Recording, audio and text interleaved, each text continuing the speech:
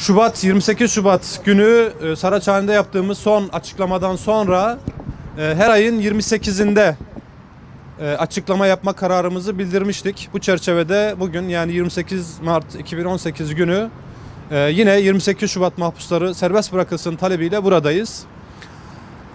Bu talep doğrultusunda bugüne kadar çok şey söyledik. Aslında sözün de bittiği noktadayız. Ama bir kararlılıkla ve bıkmadan, usanmadan 28 Şubat mahpusları serbest bırakılana kadar buralarda olacağız.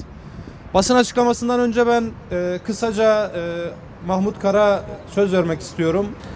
28 Şubat 2018'i geride bıraktık. Biz 28 Şubat mağduriyetlerinin giderilmesi beklentisiyle 28 Şubat 2018'e kadar her hafta toplantılar gerçekleştirildi. Bu mağduriyetlerin giderilmemesi için hiçbir neden yoktu aslında. Hem hukuki açıdan hiçbir neden yoktu, hem de siyasi açıdan hiçbir neden yoktu. Zira 28 Şubat'tan bugüne 2013-17-25 sürecine kadar mağduriyetler yaşayan herkes, özellikle Türkiye'deki yargı ve emniyet erkinin kumpaslarının mağduriyetini yaşıyor. Artık siyasetin, iktidarın mağduriyetleri gidermesi için somut, ciddi adımlar atması ve bu süreci hızlandırmasını istiyoruz. Böyle bir beklenti içerisindeyiz. Mağdur aileler böyle bir beklenti içerisinde, kamuoyu böyle bir beklenti içerisinde. Onları oyalama taktiklerinden siyasetin, iktidarın vazgeçmesini istiyor. Bir an önce somut adımlar atarak mağduriyetlerin giderilmesi gerekiyor. Artık bunun herhangi bir bahanesi, herhangi bir siyasi ve hukuki hiçbir bahanesi yok. Bir 28 Şubat daha geçti. Yine bir sessizlikle karşı karşıyayız.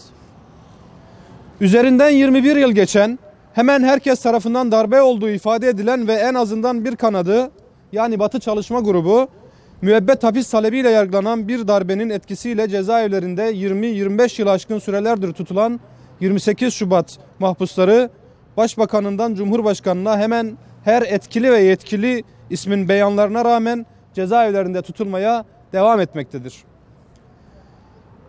28 Şubat'ın hemen her çevrede darbe olarak adlandırıldığı, bir kısım 28 Şubatçının müebbet hapis talebiyle yargılandığı, briefingli ya da paralel yargının elemanları olup kritik mahkemelerde görev yapan hakim ve savcıların ihraç ve tutuklamalara muhatap olduğu, örgütçülerin başka kişileri örgütçü diyerek yargıladığı ve bunun artık ortaya çıktığı bir dönemde 28 Şubat süreci yargılamalarına meşru yargılama muamelesi yapmak açık bir zulümdür.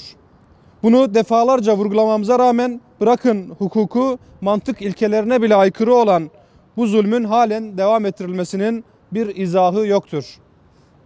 Söz bitmiş olmasına rağmen zulüm bitmemektedir. Mazlumlar olarak bıkmadan ve usanmadan binlerce insanın hayatını karartmış olan 28 Şubat'ın her yönüyle aydınlatılmasını ve bu sürecin aktörlerinin açığa çıkartılarak bunlardan hesap sorulmasını, 28 Şubat sürecindeki siyasi yargı kararlarının iptal edilerek 28 Şubat'ın briefingli siyasi yargılamalarının yok sayılmasını, 28 Şubat mahpuslarının hiçbir bahane veya erteleme olmaksızın derhal serbest bırakılmasını ve adil bir şekilde yeniden yargılanmalarını talep ediyoruz.